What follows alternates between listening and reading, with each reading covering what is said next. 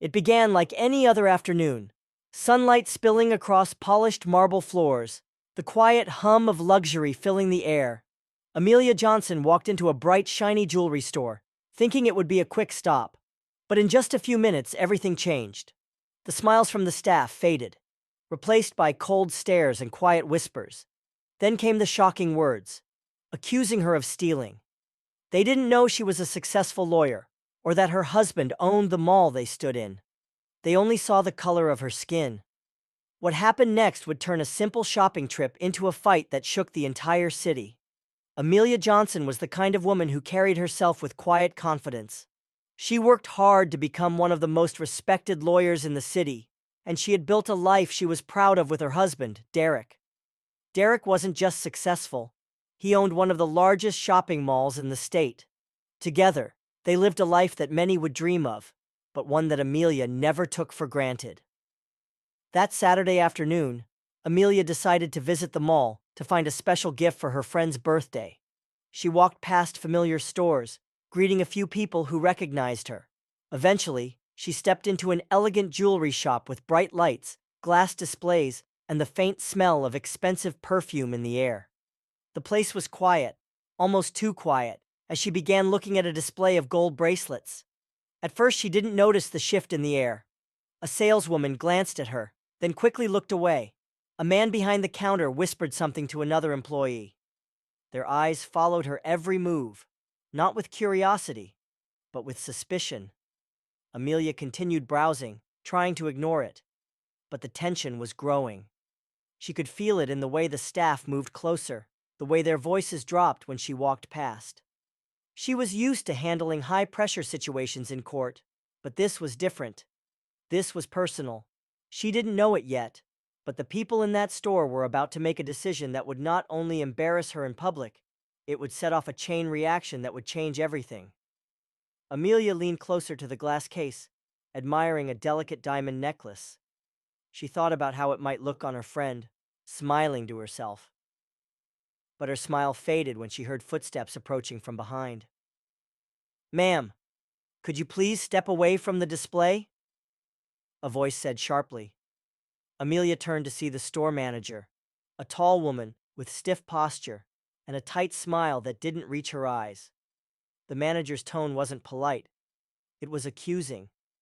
Amelia stepped back, confused. "Is there a problem?" she asked calmly. The manager didn't answer right away. Instead, she glanced toward the security guard at the door.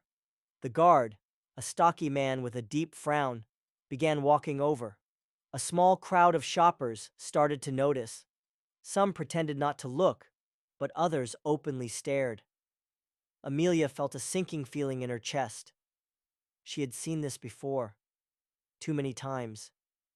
The manager finally spoke, her voice cold and flat. "We've received a report that an item is missing. We need to check your bag." The words hung in the air like a slap. Amelia stood still for a moment, stunned. She knew exactly what was happening.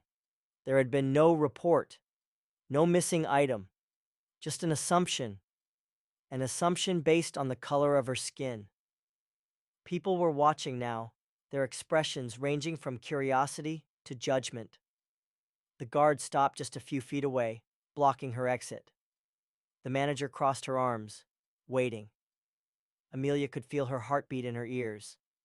She had spent her career defending people against unfair treatment, yet here she was, being treated like a criminal for doing nothing wrong. Part of her wanted to shout back, to demand they check the cameras. But another part of her knew something. This wasn't just about her. This was about every person who had been judged the same way.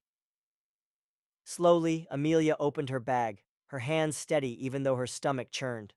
The manager peered inside, clearly expecting to find something. But there was nothing, only her wallet, phone, and keys. The guard frowned. The manager's expression tightened. Still, instead of apologizing, she muttered, "We'll need you to wait here while we review the footage." That was when Amelia noticed Marcus, the security guard assigned to patrol the mall's common areas, standing just outside the store. She recognized him. He had worked there for years. Their eyes met, and she could see the concern on his face. Without a word, Marcus stepped inside, moving toward the store's internal security room. Minutes later, he returned with a look that said everything. The footage showed Amelia browsing quietly, never touching anything except to look at it briefly before placing it back. The truth was clear, but the damage was done.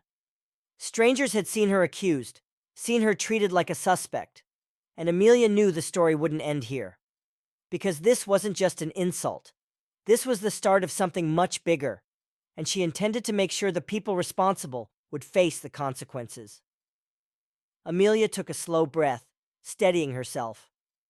She could have walked out right then, but something in her told her to stay.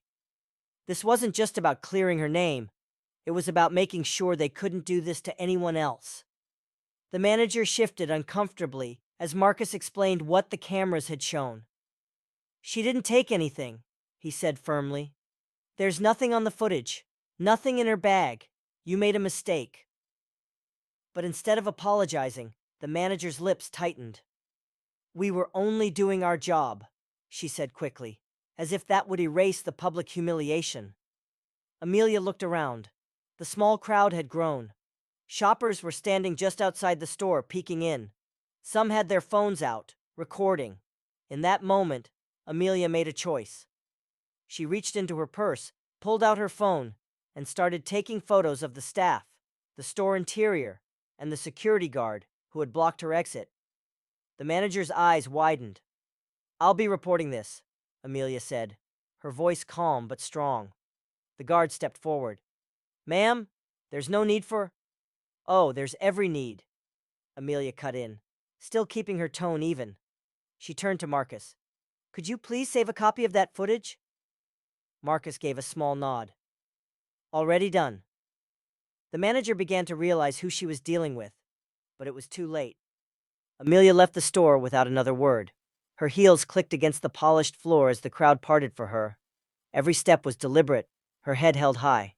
She didn't stop until she reached the upper level of the mall, where her husband's office overlooked the entire complex. Derek listened in silence as she told him everything. His face darkened, not just with anger, but with a deep disappointment in the people who had done this. And then, with a quiet determination that sent chills through Amelia, Derek picked up the phone and called the mall's corporate legal team. What was about to happen next would not just clear Amelia's name, it would shake the entire store, its staff, and its reputation to the core. The next morning, the jewelry store opened as usual. But something felt different. Corporate representatives had arrived unannounced. They spoke briefly with the store manager before leading her and the head of security into the back office. By noon, word had spread across the mall. The manager who had accused Amelia was gone. The guard who had blocked her exit was suspended pending review. And a formal statement from the mall's corporate office was posted on their social media pages, apologizing for the incident and promising an internal investigation into racial bias among staff.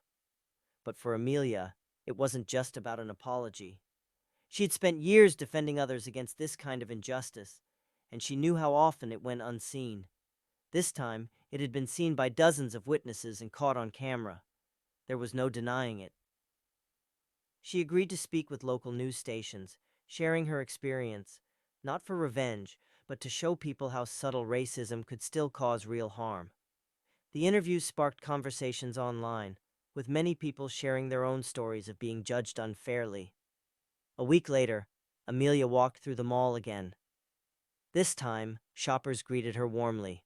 Marcus, the security guard who had helped her, gave a small nod of respect as she passed. In the jewelry store's display window, there was a new sign. "We stand against discrimination. All are welcome here."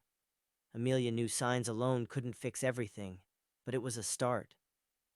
As she left the mall that day, she thought about how quickly things had escalated, from a simple shopping trip to a public confrontation, and she thought about how many times others had walked away quietly, swallowing the hurt.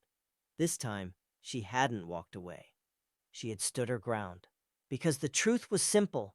Racism often hides in moments that seem small, but those moments carry weight. They shape how people feel, how they're seen, and whether they're treated with dignity. And as Amelia stepped into the sunlight, she knew this fight wasn't just hers, It was everyone's. If a false judgment can be made in seconds, how long will it take us to change the way we see each other?